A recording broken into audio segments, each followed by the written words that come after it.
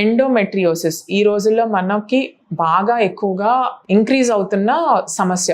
ఒకప్పుడు అసలు ఎండోమెట్రియోసిస్ అనే దాని గురించి మాట్లాడేవాళ్ళం కాదు, వినేవాళ్ళం కాదు.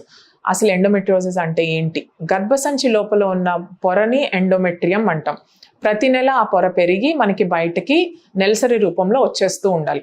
అలా బయటికి నెలసరి రూపంలో రాకుండా ఈ కణాలు గర్భసంచి లోపల లైనింగ్ ఎక్కడైనా వేరే చోట్ల కనుక డిపాజిట్ అయితే, అంటే ఫెలోపియన్ ట్యూబ్ ద్వారా లోపలికి వెళ్ళి రెట్రోగ్రేడ్ మెన్స్ట్రుయేషన్ అంటాం. దానివల్ల అండాశయాల మీద డిపాజిట్ అవ్వటం కానీ, పొట్టలో పెరిటోనియం డిపాజిట్ అంటాం, అంటే పొట్ట లోపల ఎక్కడైనా డిపాజిట్ అవ్వటం కానీ, అప్పుడప్పుడు గట్ పెద్ద పేగు మీద డిపాజిట్ అవ్వటం కానీ, రెక్టం మీద డిపాజిట్ అవ్వటం కానీ, ఇట్లా వేరే వేరే చోట్ల ఈ కణాలు వెళ్ళి డిపాజిట్ అయినప్పుడు, ప్రతి నెల హార్మోన్స్ రిలీజ్ అయినప్పుడు అక్కడ కూడా ఈ కణాలు పెరిగి సిస్టుల్లాగా ఫార్మ్ అవటం కానీ, అక్కడ లోపల బ్లీడింగ్ అయ్యి అది బయటికి రాలేకపోవటం వల్ల దానివల్ల పెయిన్ వచ్చి పెయిన్తో ప్రెజెంట్ అవుతారు యూజువల్లీ.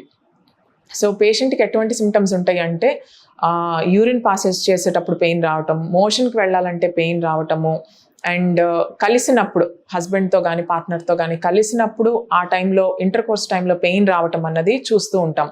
అండ్ ఈ పెయిన్ స్పెసిఫికల్లీ మెన్సెస్ టైంలో ఎక్కువ అవటం అన్నది is a very very characteristic symptom. Usually నెలంతా బాగుంటాను మేడం, నెలసరి వచ్చే టైంకి మాత్రం ఈ నొప్పులతో ఇబ్బంది పడిపోతున్నాను, నాకు ప్రతిదీ నొప్పిగానే అనిపిస్తోంది అని ఎవరైతే చెప్తున్నారో అది clear cut sign that endometriosis is going on in their body. So ఈ ఎండోమెట్రియోసిస్కి మనం 2 టైప్ ఆఫ్ మేనేజ్మెంట్ ఉంటుంది. అంటే మెడిసిన్స్ ద్వారా కంట్రోల్ చేసే డిసీజ్ ఉంటుంది, అంటే ఎర్లీ స్టేజ్ ఆఫ్ డిసీజ్లో మనం మెడిసిన్స్ ద్వారా కంట్రోల్ చేయొచ్చు.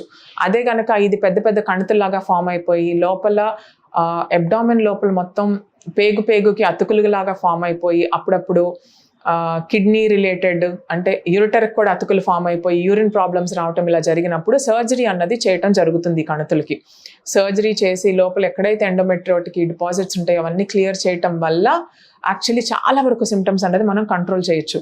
సర్జరీ చేసిన తర్వాత ఏమైనా ఇబ్బందులు అవుతాయా కావా అన్నది, ఎంత సివియారిటీ ఉందో డిసీజ్ దాన్ని బట్టి వాళ్ళకి రెస్పాన్స్ అన్నది ఉంటుంది. మీరు తీసుకునే అదే మందులు, అదే నాణ్యమైన మందులు, కానీ సగం ధరకే.